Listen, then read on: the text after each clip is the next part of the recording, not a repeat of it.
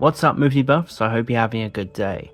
In 1986, James Cameron followed up Ridley Scott's classic sci-fi horror Alien with the action extravaganza Aliens. Let's take an in-depth look back at Aliens and discuss why it is still one of the best sequels ever made. Oh, and just before we do, if you're a passionate movie buff who loves to talk about these iconic films, as well as those classics that don't get enough attention, this is the channel for you, so please consider clicking that subscribe button. After the huge success of Alien, discussions of a sequel quickly started. However, 20th Century Fox were fairly indifferent to it, telling Brandywine Productions, the team who had presented them with Alien, that costs would be the main concern in making a second film. Fox were fairly dismissive of the first Alien, believing a lot of its success was down to luck and right place, right time. However, when studio president Norman Levy was replaced by Joe Wizan, talks of a second Alien were welcomed a lot more. Brandywine co-founder David Giler tasked his colleague Larry Wilson with finding a scriptwriter for an Alien sequel.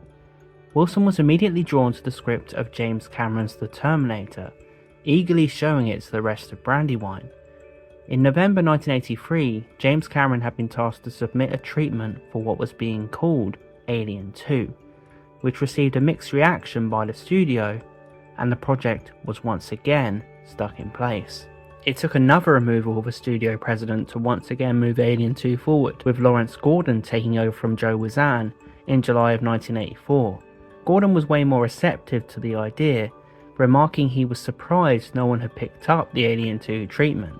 During a break he had from the production of The Terminator, James Cameron developed his treatment further and actually devoted much of his free time to it, as he had low expectations for The Terminator. Wow, imagine writing The Terminator and thinking that it wouldn't be a success. Cameron's updated treatment managed to create some excitement for the potential of Alien 2, as studio execs were keen on the script, and Cameron now expressed a desire to also direct the movie. However, although they were keen on the script and wanted to make another film, the studio was not keen on Cameron, as at the time he had only directed Piranha 2: The Spawning, a low-budget independent horror. However, pure talent was on Cameron's side, as The Terminator in late 1984 was a shotgun blast through the movie industry, a critical and financial success that blew everyone away. Of course, he was immediately offered the directing chair for the second Alien. Meanwhile, poor old Ridley Scott, the genius behind the first film, claimed he was never actually offered the chance to direct the second movie, and admitted it was likely because he was a bit of a nightmare to work with on set. Cameron, as he has went on to have with so many of his projects, saw a real vision for the second Alien, which was now being referred to as, of course, Aliens. Cameron told Walter Hill of Brandywine it would be impossible to capture lightning in a bottle twice due to the emotion and novelty of the original, so his intention with Aliens was to combine the horror with the action of The Terminator. Cameron likened the first Alien to a haunted attraction ride, but he wanted Aliens to be a roller coaster. That for all the negatives involved in making a sequel, you have positives, and one of the positives is if you can take that initial programming that the audience has from the other film and then do little twists and turns on it and like you said, play against their expectation of what's going to happen. If it's done in a not hostile way to the audience, then they realize that there's a little bit of fun involved. Early on, Sigourney Weaver actually rejected offers to return as Ellen Ripley. Even though she was impressed with Cameron's script, Weaver was principled and refused to do the film unless it was proven to her this was not just a cash-in. Eventually, Weaver received $1 million and a percentage of the box office profits, which was the biggest salary yet in her career. Twisting her arm took a long time, and at one point James Cameron was strongly considering writing her out of the film, until the last moment they reached a deal. A lot of what won Weaver round was the feminist ideas Cameron was introducing for her character in Aliens. After Aliens, Ripley was named in the same category as Stallone and Schwarzenegger's action hero roles, and ever since Aliens, females in film and TV have evolved greatly. Films such as Silence of the Lambs and Terminator 2 quickly followed, both headed by strong and capable females. Cameron made it a point that he was going to neutralise the male characters and have Ripley face the female queen alone, this time having it be a rescue mission and a fight instead of just Ripley trying to stealthily escape. Cameron was next on the hunt for the actors to play the Marines in the film, and Stephen Lang was originally approached for the role of Hicks, and then James Remar's name was in the mix. Remar ended up getting the role, but he was dismissed for drug possession, and so Michael Biehn, fresh off playing Kyle Reese in the Terminator, was cast as the trusty Corporal Hicks. Bill Paxton was cast as Hudson after a chance meeting with Cameron at Los Angeles International Airport, during which they discussed a possible role. Paxton was interested in creating a little comic relief in the film to provide some levity to all the terror. Paxton did this very well and improvised a lot of his lines. Lance Henriksen was selected to play the mission's android, Bishop. Henriksen was determined to match Ian Holm's wonderful performance in Alien, and took a different approach, wanting to play Bishop as genuinely curious and innocent instead of menacing. Henriksen was considering walking away from acting at the time due to a lack of success up until then, but Aliens went on to be such a big hit, Henriksen carried on his film career. All three of these actors were fresh off working with Cameron on the Terminator and had built up a trust with the director, which led them to give very committed performances in Aliens. Jeanette Goldstein made her feature film debut as Vasquez and got into shape for the role. In order to play a Chicano character, she studied Mexican-American gang interviews to develop her mannerisms and accent. Cameron said of Carrie Henn that she had a great face and expressive eyes, and was perfect to play the lost and terrified youngster. Principal photography for Alien started in September of 1985, and the production was given a budget of $18.5 million. Filming took place largely at Pinewood Studios in Buckinghamshire near London, England, and one of the main reasons for this was the large sets and the lower cost of filming in the UK. Early on, the crew didn't take too kindly to James Cameron, as he was very hands-on and aggressive, and they resented him being so confident with his relative inexperience. Cameron had huge disagreements with certain crew members who deliberately did shots a different way to how he wanted them, just to irk him. This led to several firings and even a few walkouts early on. Another key figure in the making of the first Alien, artist H.R. Giger, would not be involved in Aliens because at the time he was contractually tied to Poltergeist 2, and Fox was not allowed to negotiate with him. To fill Giger's shoes, a more than fitting replacement was selected in special effects whiz Stan Winston. The idea was to remain faithful to Giger's work but take it further where they could. The aliens this time around were played by dancers and stuntmen in lightweight costumes that allow for quick movement. Cameron chose to extend the length of the arms on the suits and often filmed them hung from wires from different positions in an effort to make them appear as inhuman as possible. Although Alien goes from having one alien to many, only 12 alien suits were actually constructed for the film. Simple black leotards covered in moulded foam were utilised for faster moving shots, and detailed models with emphasised upper bodies and mouths were used for close-ups.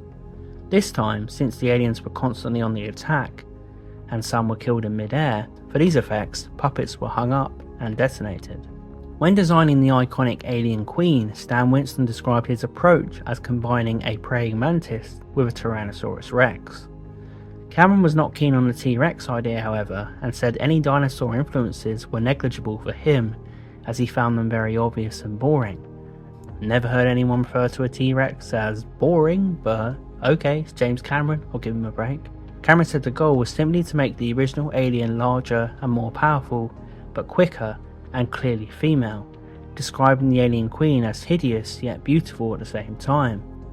A frame for the Alien Queen was erected that held two people covered in black polythene bags and hung on a crane. This prototype was considered a success and they decided to go with it. The final Alien Queen was a 14-foot puppet made of lightweight foam.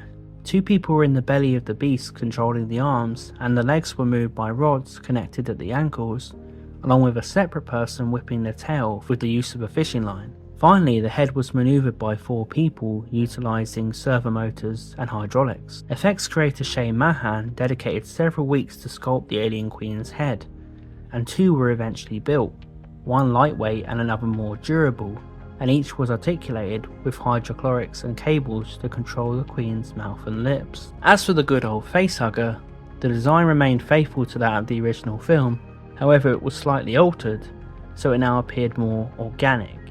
Its 8 legs were modified to become more finger-like, and fingernails were added. The facehuggers are more active than in Alien, with more action set pieces involving the little bastards. Due to this, the tail was lengthened on the facehugger by 6 inches to allow it more of a whipping action. A lot of effort was placed on making the facehugger scurry along the ground believably, and the crew eventually developed a control cable along the floor that activated a gear that caused appendages to move as it was tugged along. Another addition was arms added to the chestburster alien form, and Stan Winston explained he did this to go along with the idea that the beast drags itself out of the victim's chest. Conceptual artist Sid Mead came up with the design for the Sulaco, the Marine spaceship.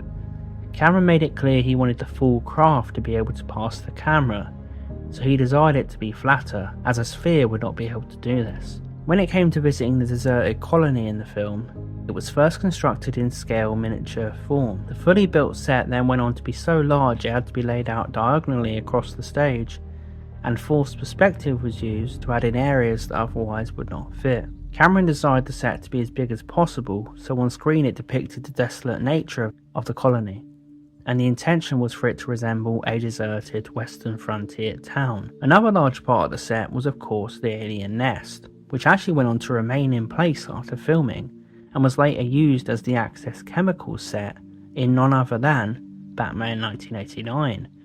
How cool is that? And I've just got an image in my head of Michael Keaton's Batman visiting the alien nest and beating the shit out of them all. Awesome. Yeah. Aliens received a wide release in the United States and Canada on July 18th, 1986. During its open weekend, the film earned $10.1 million and beat out several new releases in the next few weeks. By the end of its theatrical run, Aliens had racked up about $85.1 million, making it the year's 7th highest grossing film. Aliens was extremely successful worldwide, with the global gross sitting between $131 million to $183 million. Aliens received generally positive reviews, however, once again, just as they were on the first Alien, beloved film critics Roger Ebert and Gene Siskel were not too keen, calling it intense and an attack on the senses, but ultimately left them feeling empty and emotionally drained. I don't think you go to Aliens for a feel-good, darn good time, guys, but okay. However, there was enough praise elsewhere, as Jay Boyer of the Orlando Sentinel called it the Jaws of the 1980s, and Variety critic Walter Goodman said it wasn't as good as the first Alien, but was still an incredibly strong film. Aliens was released on VHS in February 1987, and a few years after that, a longer cut of the film was aired on CBS in 1989, which included a deleted scene where Ripley learns about her daughter's death, as well as a scene showing Newt's family discovering the derelict alien ship and her father being attacked by a facehugger. This version was released on Laserdisc in 1991, now running 157 minutes long, 20 minutes longer than the theatrical cut, with Cameron stating he much preferred this version, which was later released on VHS and DVD in 1999, and then 2003 and 2010 on DVD and Blu-ray. Aliens is a turbocharged version of the first movie, just as Cameron did with the second Terminator film. Everything is elevated, and it's a great example of how to up the ante in a sequel but still retain the essence of the original. James Cameron was a master at doing this. Even though things are pushed to the next level, the movie still feels very under control and never goes over the top. Cameron can create the biggest action spectacle in the world and yet still have it feel like a thinker's movie, and that's not an ability many directors have. Ellen Ripley was such a sympathetic character in Alien, but now in Aliens, we like, respect, and are invested in her plight even more, because she's now scarred. She's seen the horrors, she's been through it, and yet she's still fighting to keep going. She's a real survivor. Although Ripley is incredibly tough and brave, she's also haunted and terrified, so we get several sides to her personality and her experience. Her character is incredibly human and believable. Sigourney Weaver's performance is so good when Ripley is waking up in a sweat in the middle of the night. It's heartbreaking. You really believe this is a damaged woman who has seen real horror. The fact she's still fighting and is so brave really commands your respect. But the fact she is also scarred shows you she's not a superhero, and you can relate to her. Your heart goes out to Ripley because she is telling everyone around her how dangerous these aliens are, and no one takes her seriously. Kinda reminds me of Dr. Loomis in Halloween. She knows full well that there is evil out there, but the people around her just don't believe it. Despite this, Ripley still fights to protect those people by going back to the planet, and of course, she ends up leading the group of meathead Marines who don't take her serious at first. Even though she's working with a bunch of meatheads who are acting like goons, she still looks out for their safety and is resourceful, and ultimately, they all end up relying on her. Ripley is a very good person, and it doesn't matter if you've insulted her, she still won't leave you alone to face a terrifying threat. After finding out the terrible news about her daughter, Ripley gets a second chance to be a mother, and that adds another dimension to her character. Ripley and the crew discover a young girl who has somehow survived, Rebecca, nicknamed Newt. The relationship between her and Ripley is incredibly sweet as they find each other when they need to.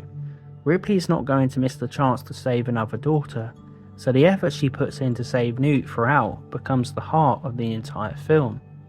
Even in deep space with all this madness and desperation going on, the bond between a mother and her child is shown to be universal and timeless. The movie explores two completely different motherhood journeys, the sweet human relationship, and on the other side, the nightmarish alien queen who is fiercely protective of her eggs and will do anything to ensure the survival of her offspring.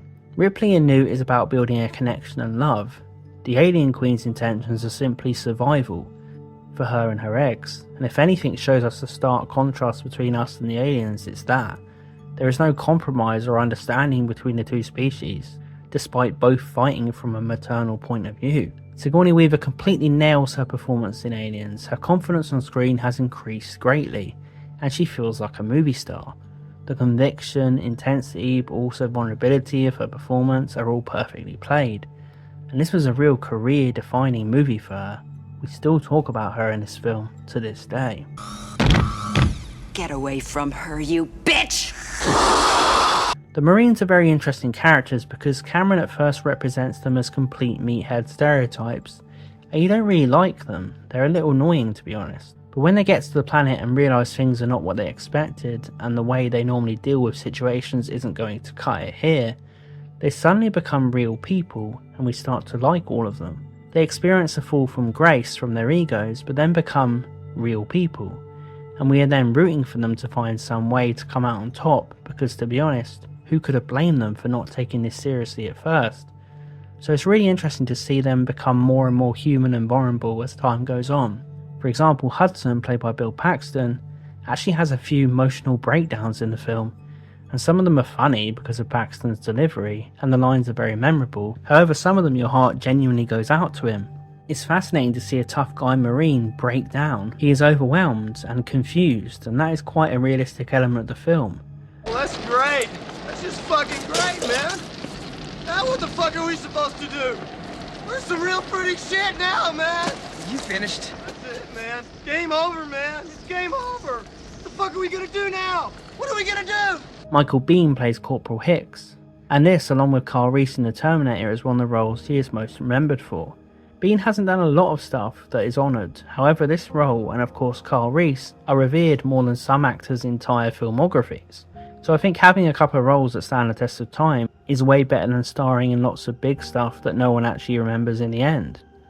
Biehn is great in this movie. He does an incredible job of portraying Hicks as a no-nonsense tough soldier, but also a human being who is compassionate and empathetic. Hicks is the perfect fit for Ripley, and to see a possible relationship blossom between two people who have seen terror and deserve some happiness is a joy to watch. Weaver and Biehn have great chemistry, and the two characters connect through gradually gaining respect and compassion and attraction for the other because they are so effective in their roles, but also good people who need someone. We also need to talk about the character of Bishop. This is one of Lars Henriksen's most memorable roles. Bishop is the polar opposite to the insane Ash in the first film. Despite being an android, he is more human-like this time round, and he's actually polite and friendly. It takes a while for Ripley to warm up to him, but Bishop really wins her over by proving androids can work with humans, as he shows bravery and even empathy, which are human traits. Bishop, you did okay. I did. Oh yeah. Of course, a brief mention goes to Carrie Henn as Newt. If this child had been annoying or a bad actress or not understood the film she was doing, this character could have gone very wrong.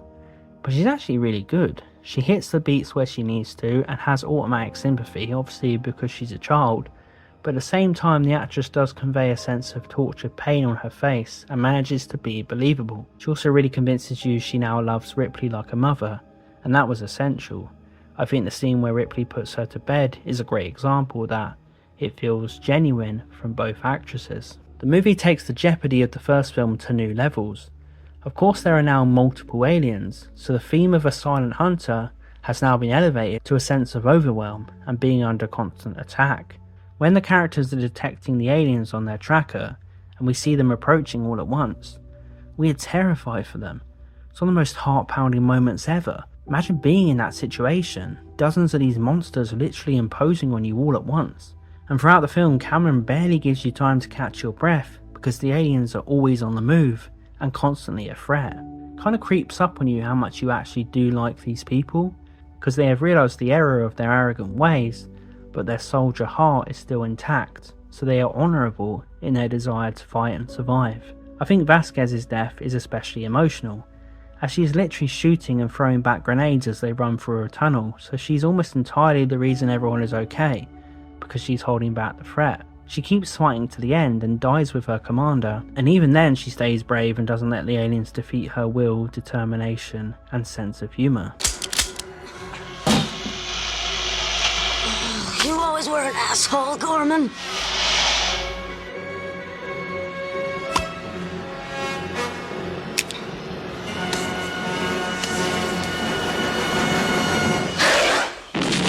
The final rescue scene of Newt still blows me away. Somehow Cameron beats the culmination in Aliens in terms of excitement, stakes, and dare I say it, direction. Cameron has spent the entirety of the film building so much sympathy and investment in the Ripley and Newt relationship, so you're honestly on tenterhooks because so much more is on the line now. The only thing that Ripley has left to fight for, her desire to finally stand up to the monstrous alien that caused her trauma, the fact the planet is about to bloody explode in a few minutes, a child is about to be cocooned. The stakes in this scene are literally crazy. Cameron is of course on top form with the camera, constantly moving it and creating a real sense of disorientation and panic. The angles are often low or high, also adding to the confusion and danger. Of course the lighting is spectacular, the dark and shadowy cargo bay with only a few lights, and of course the alien nest, which is literally like walking into a nightmare. It's dark as hell, and any light has an alien emerging from it. Of course Ripley does possibly the most badass thing she's ever done. She negotiates with the alien queen to let Newt go, but then literally says, "Go fuck yourself," to the species that has caused her and many others real terror and trauma, and she flamethrowers the whole egg nest. Badass. Of course this doesn't sit well with the alien, and we get another level of the culmination. Ripley now has to fight the alien one-on-one in her exosuit. Cameron has somehow elevated things again. He's made things even more epic and personal, and the alien queen finally gets a dose of her own medicine, as Ripley now has the size and the strength to take her on and kick her ass. Aliens is a true masterpiece, and I guess I have to answer that question. Which is better, Alien or Aliens? For me, I think it's Aliens, just, and I emphasise just. Aliens takes the horror and suspense of the original and expands on it in new and exciting ways with one of the most proficient action directors ever. So movie buffs, it's over to you. What do you think of Aliens? Do you prefer it to Alien? Please let me know in the comments below. And of course, please consider subscribing for more reviews and analysis of classic films. As always, thanks for watching, and I'll see you guys next time.